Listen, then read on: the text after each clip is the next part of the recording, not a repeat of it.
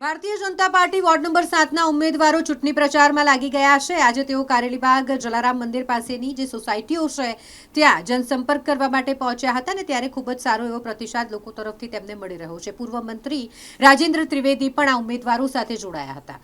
જે રીતે ચૂંટણીનો માહોલ જામ્યો છે સ્થાનિક સ્વરાજ્યની ચૂંટણીને લઈને અને રાજકીય ગરમાવો પણ તેજ થઈ રહ્યો છે। તેવામાં ભાજપ અને કોંગ્રેસ હોય કે આમ આદમી પાર્ટી હોય, દરેક પક્ષના ઉમેદવાર ચૂંટણી પ્રચારમાં જોતરાઈ ગયા છે। તે જ રીતે ભાજપના વોર્ડ નંબર 7ના ઉમેદવાર કે જેમાં શ્વેતા ચૌહાણ, તેમની સાથે મેઘા રાણા, આદિત્ય પટેલ અને સચિન ખંડેલવાલ, આ 4 ઉમેદવાર ભાજપ તરફથી છે વોર્ડ નંબર 7માં, જેઓ જનસંપર્ક કરી રહ્યા છે, લોકો સાથે મળી રહ્યા છે અને લોકો પણ તેમને સારો પ્રતિસાદ આપી રહ્યા છે।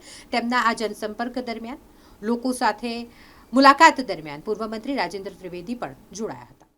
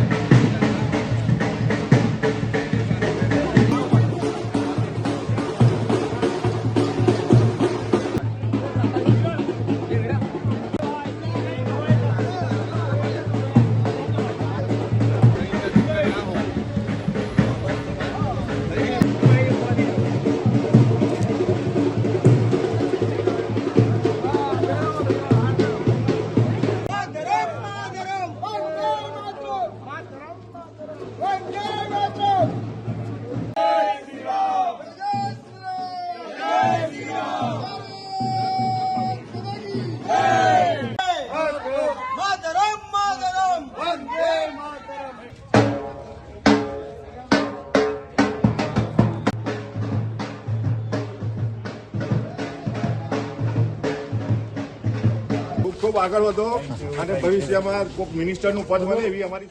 આજે વડોદરા શહેરના વોર્ડ નંબર 7માં આવેલ કારેલીબાગ વિસ્તારમાં હરીશનગર છે, ગુરુકૃપા સોસાયટી છે, ગીતાંજલિ એપાર્ટમેન્ટ છે વગેરે, જલારામ મંદિર પાસેની આજુબાજુની સોસાયટીમાં પ્રચારનું અમે આયોજન કરેલ છે। ડોર ટુ ડોર જનસંપર્ક કરેલ છે અને તેમાં લોકોનો ખૂબ સારો પ્રતિસાદ મળ્યો છે અને અમને વિશ્વાસ છે કે વોર્ડ નંબર 7ની જનતા અમને પૂર્ણ ભવ્ય વિજય કરાવશે અને મારી આખી પેનલના વડોદરા શહેરમાં પહેલો નંબર આવશે એવો અમને વિશ્વાસ છે। વડોદરા મહાનગરપાલિકાની 76 બેઠક પર કમળ ખીલશે એવું હું વિશ્વાસ સાથે કહી શકું છું।